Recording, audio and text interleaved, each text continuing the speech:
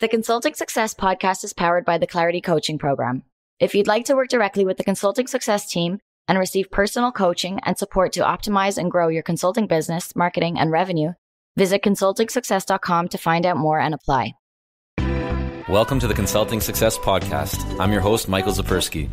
In this podcast, we'll dive deep into the world of elite consultants, where you'll learn the strategies, tactics, and mindset to grow a highly profitable and successful consulting business. Hey everyone, it's Michael Zapersky here, and today I'm with Chris Mele. Chris, welcome. Thank you for having me.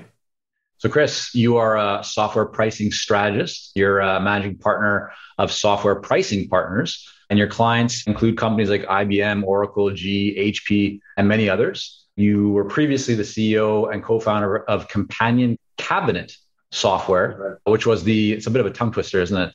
The number one business management ERP solution in the remodeling industry. Great to have you on. Thank you. Thank you for having me. So let's kind of start off and talk about your experience running your first company, Companion Cabinet Software. What was that all about?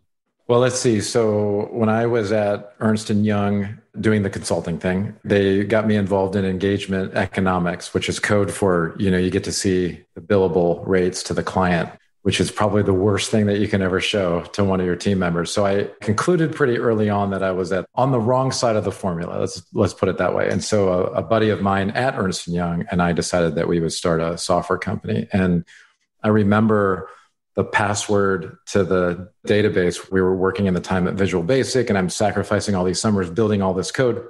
The password was $1 million in revenue by 2000 with an exclamation point, because that makes it extra secure. And so this was, the password, and little did I know it would be until 2006 when we would make that. And I went through a stage where I had really long hair. I could kind of bite it, not because I was going hippie, but I literally could not afford a haircut. And things were really, really tight. And I think my parents were really worried about me at the time. But we attracted investment capital around 2006. And then we made our way eventually to the cloud in 2008. We were largely what they call on-prem software at the time. That was the dominant stuff that you did in the software space. And so, I stared bankruptcy in the face twice in my career, very scary. And I think at one point before we took on investment capital, I think it was like about 190,000 in credit card debt. So that was the time when you could switch credit card offers and get 0%. And keep extending the runway and get a little bit more credit. And you can't do that now because they charge you the transfer fee. But back then, you could build a whole business on a credit card, and that's what we did. And how did things turn out for that business? It was wonderful. It was one of the best educational experiences of my life. In 2008, we were moving to the cloud, and then we hired Software Pricing Partners to help us figure out how to price our intellectual property and our services. And then that's how I met the team here. And then ultimately, I was actually driving to Charlotte ready to accept another position at a software company to kind of continue that journey. And I talked to the founder at the time, and he was really upset that he couldn't find a partner. And just out of my mouth came, should we be having that conversation? And that's what it took. So then I did a very big right-hand turn on my career. And I love it. I mean, it's really amazing to deal with the kind of technology and the founders, and you get a real sense for all the tech that's being brought to market for COVID. And a lot of our clients are in healthcare. I mean, it's a very fascinating world. There's some really amazing stuff people are working on. Yeah. Before we dive into pricing and more of what you're doing today, take us back to that time when you were running Companion Cabinet Software. And people often say you learn more from, your mistakes or failures or challenges from your successes. What advice would you offer someone who is going through, their own entrepreneurial journey? Maybe they've encountered some of the downs, not just the ups. What lessons would you offer your daughter or son who are thinking about entrepreneurship just from your experience? So let's see. The first one I would say is the amount of time that you will spend raising capital is on par with or greater than the time you'll spend just attracting another customer. So I'd spend all my time, and it's funny because I actually teach as a guest speaker down on some of the campuses for entrepreneurial programs. And one of the things that always comes up is investors, and everybody's on this ride to get the investors, build the company, have the unicorn in 3 years, and then retire in the Caribbean and build a wall around ourselves with a bunch of vaccines that nobody else can get into. And I think that if we just sort of stretch that runway out a little bit and have what we would call reasonable growth, healthy growth is really key. And healthy growth was really your understanding of your customers is superior to the competitors. And the only way you can get that is to be on the phone with some form of your service or product, maybe in an early form, and getting paid, not doing it for free. But the mistake that I see a lot of times that happens is the entrepreneur gets enamored with pitch events and other things and wants to take capital in and forgets that before you take capital in, the investor is going to say, well, before I write the check, can you just tell me what's in the pipeline and who it is that's about to buy? And therein lies the trap. And if you're not careful, you can vaporize you can lose a year on that. Right. And managing investors, we had a lot of them, is a full-time job. I mean, it can be very distracting. It sounds, Chris, like, are you saying, is this really touching on the importance of focus? Do you think that that's a big challenge that a lot of people have in running their own businesses, that their focus lacks and they end up looking at a lot of different shiny objects and opportunities and things that they could be doing with the hope of it having a big impact, but oftentimes they overlook the basics of engaging with clients and customers and having more meaningful conversations? Yeah, I'll never forget, there was a customer early on in my journey, and it was probably about a year or two after they bought. And, here we are struggling with what it is we're going to build next and trying to attract a new customer and a new customer and a new customer. And I remember when I visited them, he had told me, he said, if you had just come back to me and offered me that inventory management module, I would pay you $150,000 for that. And I scratched my head like, oh my gosh, like how did I? And so sometimes it's not 100 customers that you need, it's one or two, and a real focus on the problem that they're trying to solve. And mastering getting paid fairly for that is really critical. So a lot of our clients, especially if they don't have customers yet, or they're pre-revenue, or think about a larger company that's doing a first sort of launch into the marketplace with a new cloud offering, because maybe they're a little bit late to the party. You don't need a lot of customers to put some pretty big marks up on the wall. And if you were talking about potentially doing something very small, a 10 or 15 grand pilot, oftentimes that can get reconstructed if you listen and you spend your time and you're focused on that customer and how that workflow works and what it is that the problem is that you're trying to solve for them. If they're going to spend 15 grand with you, they'll spend 50, they'll spend potentially more depending on their size. And that is really often missed. And when you're sort of on your service, the question is, well, if I sell it at $100 an hour or $200 an hour, which don't get me started on the hourly rate, but if we sell a fixed work product for 10 grand, it's a very different ballgame if we can sell it for 25 grand, right? It just means a heck of a lot less customers. And that's a really lovely thing that happens, right? When you don't have to serve 1 million customers. Definitely. What did things look like at your company, Companion Cabinet Software, before you engaged your current firm that you're now involved with? Like, what were you guys doing wrong, would you say, from a pricing perspective? Looking at our costs. Tell me about that. What do you mean? Every time I think back to this time, there are some moments that make the hair on the back of my neck stand up. But when you're overly focused on costs, you're going to kneecap the ability for you to get paid fairly, right? So in the cloud, or even on a service basis, you could be focused on, well, that resource is going to cost me $50 an hour, and I'm going to charge him therefore $60 an hour or $75 an hour, factor in your 25 or 35% margin. And the issue with that, and this is kind of consulting at its core, right? Consulting companies have very low margins compared to software companies, probably by a factor of 2 or 3x sometimes.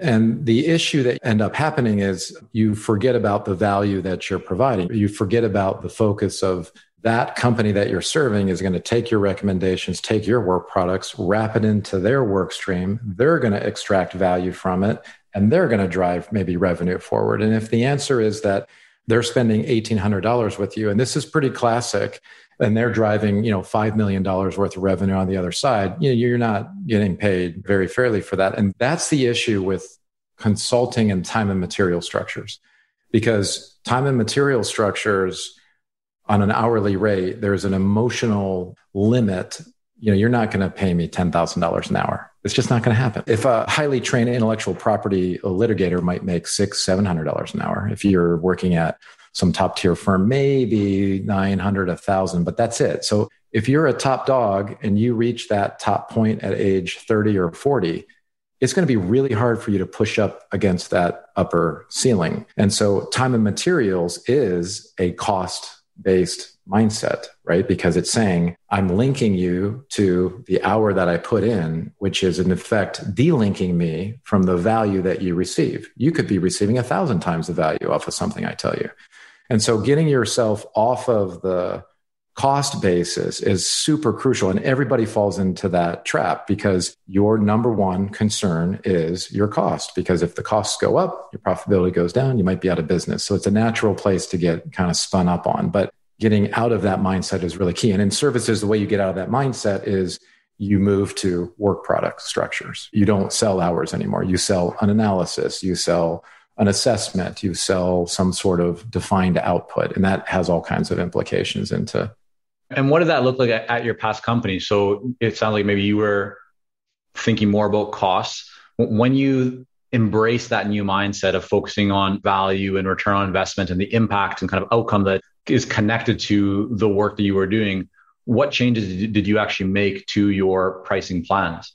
I remember we were selling, this is another one of those mistakes. I probably spent an extra couple of years not making the money I should have because I was making zero. So we were selling our software on a fabricated price that I had just basically made up in a spreadsheet. And there was a really long spreadsheet where every time we ran the math of paying for the developers and everything else, what was left over for my partner and I was, hey, let's see what happens next month, which was code for you're not getting paid. And so I was really having a hard time with this. So I actually hired a sales coach. And that was sort of my first entree of getting my head into the other person's, how they might perceive all of this. And so our journey was very much selling for many years, software transactions, probably in the $5,000 to maybe 18,000 was like a mega deal for us. And then we would round out our journey selling software engagements and services in $500,000, $600,000, $700,000. I mean, you sell one of those, it's just a completely different business model at that point. And it's also hugely exciting, right? Because the grind of moving that many transactions, by the time you move it and you pay your folks, there's nothing left, right? For you as the owner. We see a lot of this actually with many of our coaching clients in our program who do the exact same thing. It's in some cases, it's just the mindset, right? Not necessarily a whole bunch has to change in what you're actually delivering. It's the positioning, it's the focus, it's how you have that conversation. In your case, did you find that you actually had to do now a lot more work for that, $500,000 engagement compared to the $15,000 engagement? Or was it really just that you shifted the focus onto the value, onto the outcome, instead of just thinking about costs and limiting your potential upside? There is a shift in expectation for sure when you get into those kind of what we call considered purchases. Just when you move from a couple hundred or a couple $1,000 to 20, 30,000 or a couple 100,000 or $1 million plus, there are expectations. However, if you looked at the work stream of what you would do in both of those scenarios, they're not like, if the price was 10 times as more, the work is not 10 times as more. In fact, and that's the key, right? The key is that the wrapper and the expectations that are, it's super important at that level to have very specific dialogues with your clients about what is not in scope. And I think where things fall down as the transaction level rises is you get so excited, it's like $500,000. You're like, yeah, we're going to revolutionize your business, period. And that's like in the proposal. And now the client expects everything, right? And that's really key. So I think the skill set that you need to learn when you start getting into higher transactions is scoping. That's an absolute must-have for mastering the art and the science behind sculpting words around the scope of what you're going to do and what you're not going to do and what activities are going to go through and what products are we actually producing. And that is hugely important for buyers at that level. But none of that means you have to necessarily go reinvent a whole bunch. You just have to describe what you're doing better with better boundaries. While we work with a lot of seasoned and experienced consultants here at Consulting Success, I'm often contacted by new early stage consultants. Invariably, the question I'm asked is, what are the steps I should take to become a successful consultant and grow my consulting business to my first 6 figures per year? Well, I'm excited to announce that we've opened the doors for our Momentum program. This is our most popular program for early stage consultants, and it has helped almost 1,000 consultants to start, run, and grow successful consulting businesses. It gives you the step-by-step plan to help you with your messaging, your fees, and pricing strategies, how to win more proposals, how to go to market more effectively, developing a marketing system to generate leads consistently, and so much more. And right now, until September the 19th, you can sign up for Momentum and get 50% off the regular price by going to consultingsuccess.com/audio. That's consultingsuccess.com/audio, AUDIO. Only 100 spots are available to join Momentum and get 50% off. This deal is only available until September the 19th or until all 100 spots are gone. We won't be opening up new spots in this program for several months, so don't wait. Go to consultingsuccess.com/audio. That's consultingsuccess.com/audio, AUDIO.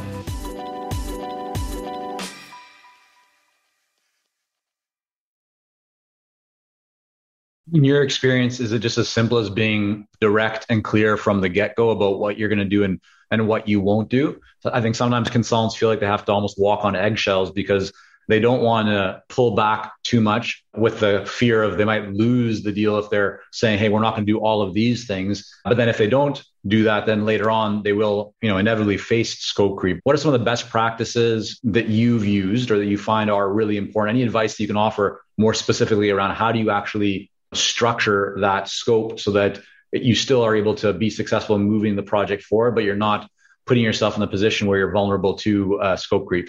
Well, so I think this is the sort of fundamental slice between, on one side, we have time and materials. And if I get scope creep, I just bill you more, right? Which has its own issues, right? You can upset the bandwidth constraints that you have with other clients doing that. Scope creep sometimes brings in more revenue, but it usually creates more havoc because you have to try to plan the work products. And on the other side, we have this structure that says, well, I'm not selling you Michael's time, right? Where I'll just do anything. I'm selling you this process. I'm selling you this work product. And here's what it does. And here's why it's been structured that way. And I think most consultants have an angle or an eye on things that they do that are unique, that if encapsulated or described under an hourly rate, really work against that uniqueness. But if encapsulated in the other structure, a work product or a defined process, is not only better profitability, but it affords you the opportunity to describe what you just said, the boundaries around the box. Mm-hmm.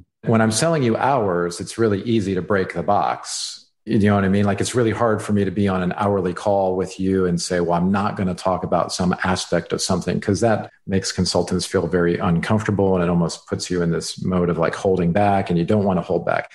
The consultants, you start probably with the hourly rate, but at some point you're going to do a breadth of projects enough where you're going to extract some method to the madness. And it's that method that I think most consultancies, they stop. They never really codify the methodology. They never really codify it in a way that can be bought differently. And until you make that transition from hours to sort of that process or structured work products, which is really hard, you're never going to get paid fairly for that. And when you make the transition to the work product, it implies that you've seen enough engagements that work product will be applicable across those engagements. And now we get into the concept of, well, I had a couple clients that are odd ducks and they really did this one-off analysis. And now we get into this discussion of maybe that wasn't the ideal match for you, which is the other problem with consultancies, right? You have to be brutal on what is a match and what isn't. And I think what customers appreciate the most when you're sculpting and saying no, and this is out of scope and we don't do that, and I know you want to boil the ocean, but that's a bad idea.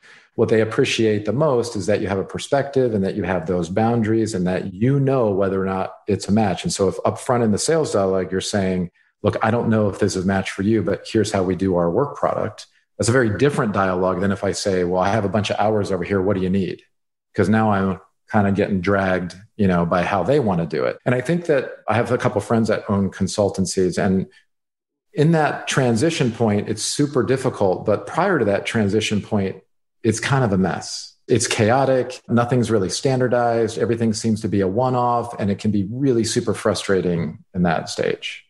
Yeah, we actually just had John Werlow, the author of Built to Sell, come in and talk with some of our Clarity program clients at an event we just ran. And we had a whole session on this exact topic because it's such a source of value creation in a company. But you're right, it can be a little bit messy for a period of time as you kind of cross that bridge. But once you get to the other side, it allows you to move forward with a lot more growth and a lot more opportunity. I want to talk about your current role. So you work with software pricing partners. Really, your focus is on pricing software, as the name implies. What can you take from the software pricing that you guys help in terms of how to price software and the strategy and kind of the positioning behind that? How do you apply that to your own firm? Because you guys aren't a software company, right? You're providing advisory and consulting and things of that nature to really work with your clients on how to price their software. Tell me a little bit more about how you take any best practices, anything that you see working really well in software that you've been able to embed into how you guys price working with clients.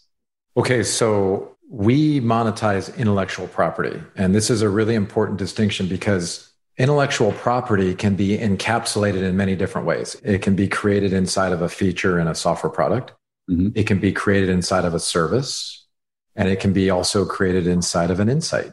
Some of our customers will analyze a bunch of environments and they'll determine with their AI algorithm that they've noticed some pattern that nobody else knows, and they'll use that to enrich either their professional services arm or the actual software itself. So monetizing intellectual property, monetizing capabilities is actually no different if you're a services organization. And in fact, we have clients like Booz Allen, ZS Associates, and other purebred software firms who want to get into intellectual property, want to get into software in its form of intellectual property, and are about to launch their next big product, right? And so once a year, we turn all of that know-how back on ourselves. And so we ask ourselves, are there any enhancements to our work products that we might want to add in? So this year, we actually did round out some of our analyses on the customer research side. And those are very targeted and they address a very specific need that some of our clients have asked for in prior lives or prior engagements, and we didn't have, right? So that's where that's coming from. Secondly, when we go through and look at from services to software, we ask ourselves the question of what makes our customers ideal. What are the engagements that have been really problematic and why were they problematic, and what were the ones that were successful and why were they so successful? And that refines our sort of gate, if you will, of who makes it in and who doesn't. So we've always enjoyed many clients being interested, and we do say no. And it's a wonderful thing to be able to say no, especially, I can't tell you how invigorating it is you asked about mistakes earlier, having said, yes, early on, and then getting that one or two clients that just suck all the bandwidth out of you, right? Just emotionally, physically, and on the support lines forever. And it's really nice when you have the confidence to know, I can see that pattern. That's a mess. That's never going to work on the sales floor. You're not ready. And to tell people that, and clients love that, by the way, who does that? Who would say no, right? And they'll come back, right? They'll come back when they're ready, when you're transparent with them. And so then we ask ourselves, is the lineup of our offerings, what we're putting out in the marketplace for different industry verticals, et cetera, are those aligned? And then ultimately look at our price points, and understanding pricing is less about the fee that you charge, even though I get that's what everybody wants to focus on. But it's more about what that offer is like. What are those work products going to be, and why were they selected? And what is this process that I'm buying? And why am I selecting you versus any other Tom, Dick, or Harry that's out there?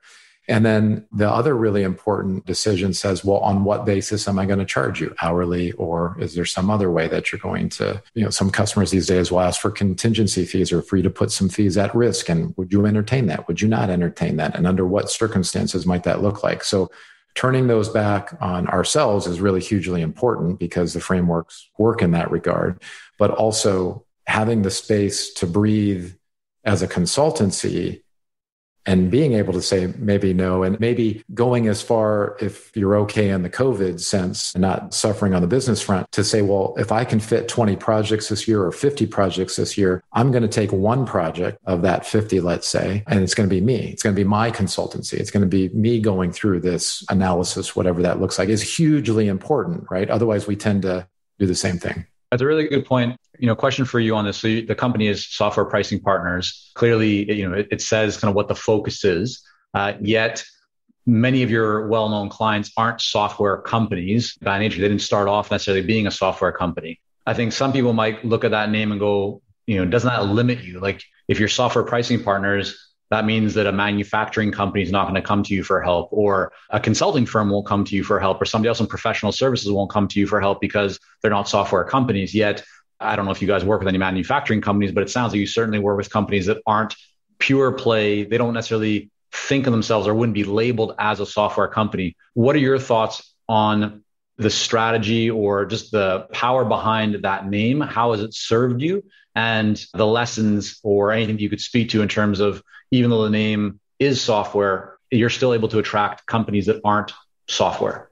That name exists for a reason, because we are focused on B2B software companies. Now, you might come to us as a services organization, but if you don't have some software or designs around being in software, it's really not an ideal match for us. That doesn't mean that an industrial company that wants to, monetize its cardboard, instead of selling you a $2 million equipment, they'll charge you every time you pull the lever and stamp out some corrugated cardboard. And so they want recurring revenue models too. That doesn't mean we won't entertain those, but that means that there are differences for us. Just because they're not ideal doesn't mean you can't bring them in. It just means that we focus and put all of our energy on a singular direction, which is B2B software companies. How important do you think that is, Chris, for you guys from a marketing perspective and a branding and authority building perspective, just really planting kind of, your flag in the sand and being known specifically for that? Has that been a big part of the company's success?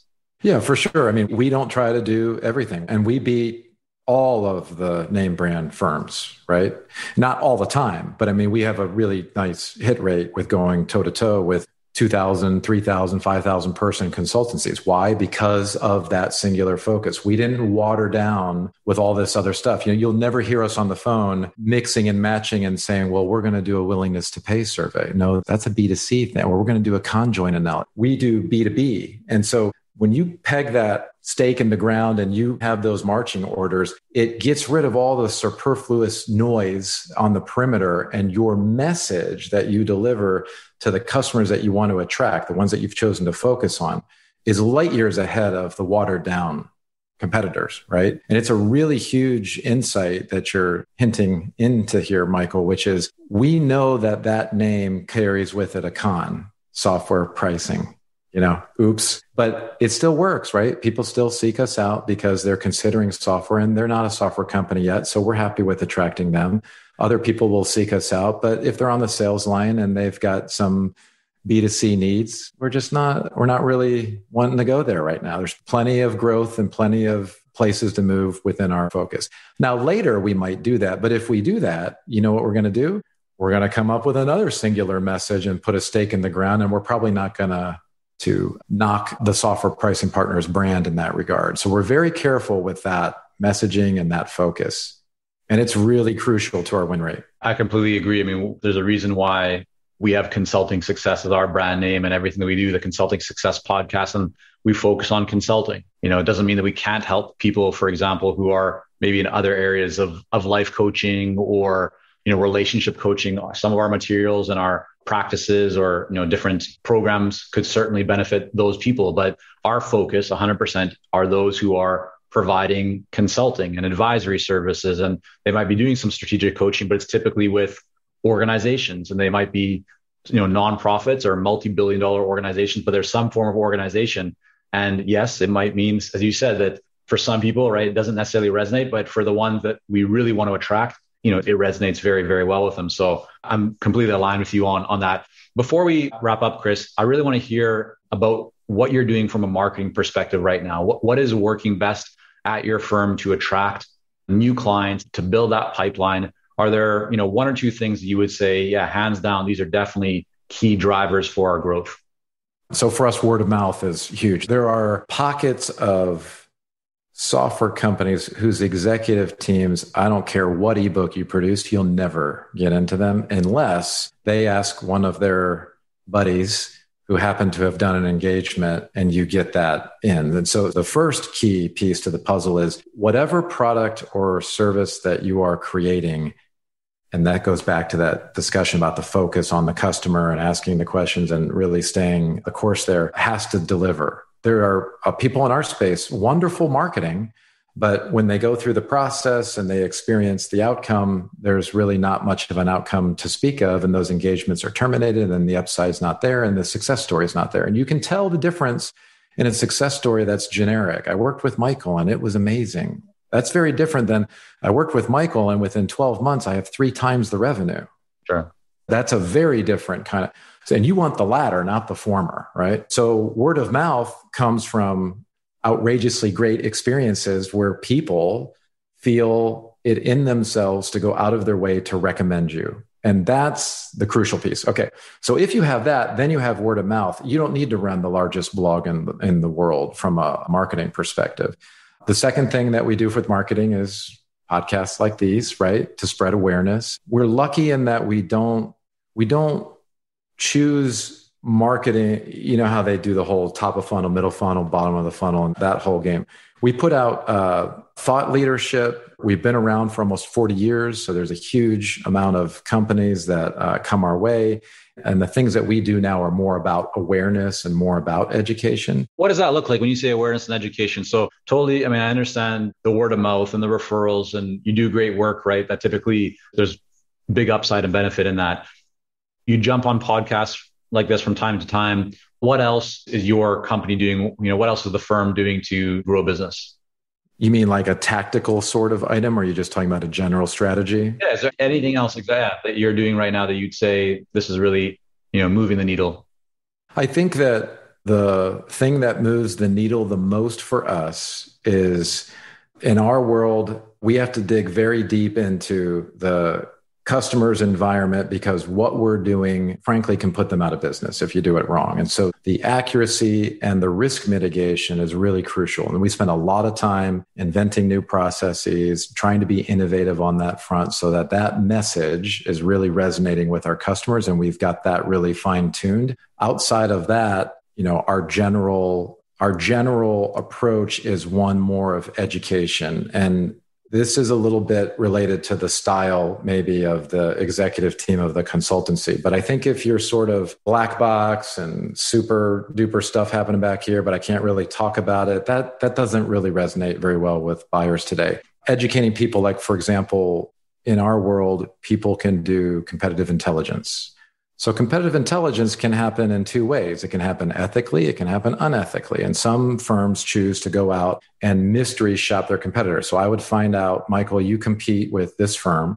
So I, as your service provider, go call that firm, pretend like I'm a buyer, waste that salesperson's time, get a proposal from them. And I come back to you, Michael, and say, look at how they're charging and you should have a reaction to that. That's actually a violation of the U.S. Espionage Act of 1996. And we did this wonderful piece that we sent out over onto LinkedIn, which a lot of our audience is on.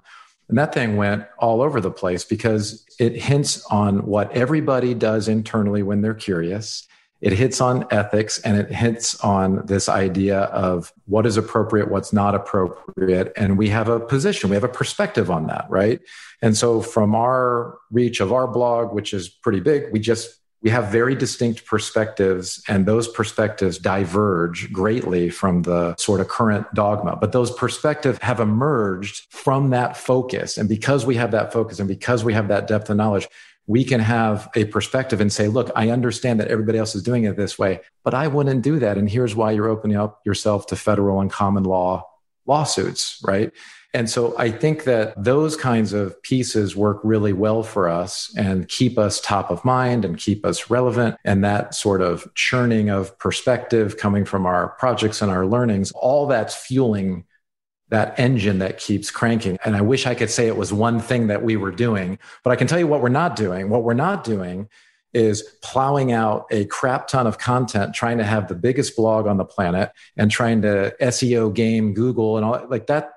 That doesn't cut it anymore. Yeah, makes sense. Chris, I want to thank you for coming on here today and sharing a bit of your story and what you guys are up to. I also want to make sure people can learn more about you and your company's work. What's the best website address for people to go to learn more and see what you guys are up to? Softwarepricing.com. And Michael, thank you for having me. I enjoyed it. Thank you for joining us on this episode of the Consulting Success Podcast. For more episodes and to subscribe, rate, and leave a review, head on over to iTunes. And if you'd like to develop consistent lead flow and a highly profitable consulting business, learn more about our coaching programs at consultingsuccess.com.